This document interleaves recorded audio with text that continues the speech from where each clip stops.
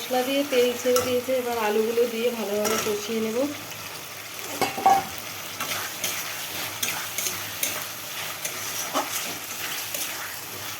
ঝোল ফুটে গেছে, এবার পনিরগুলো দেবো, দিয়ে ভালোভাবে ঢাকা দিয়ে রাখবো। তো আমার রান্না হয়ে গেল পনির আলুর দম, আর ভাজাগুলো করলেই হয়ে যাবে। আমার আজকে শনিবারের নিরামিষ রান্না। তো রেডি পনির আলুর দম। ভাজার জন্য আমি কাঁকরোলটা প্রথমে ভেজে নিই তেলে, তারপর ঢেঁড়স আর চিচিঙ্গাটা ভাজবো। ওই তেলেই ঢেঁড়সটাও ভেজে নিচ্ছি।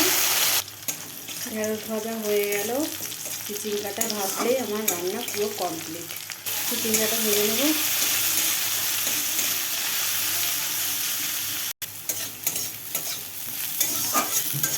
আজকে আমার শনিবারের রান্না কমপ্লিট। ভাত হয়ে গেছে, এখানে মুগ ডাল দিয়ে, লাউ দিয়ে, ডাঁটা দিয়ে ডাল, আর পনির আলুর দম, কাঁকরোল ভাজা, ঢেঁড়স ভাজা, চিচিঙ্গা ভাজা। তো আমার আজকে ব্লগটা ভালো লাগলে আমার পাশে থাকবে। নমস্কার।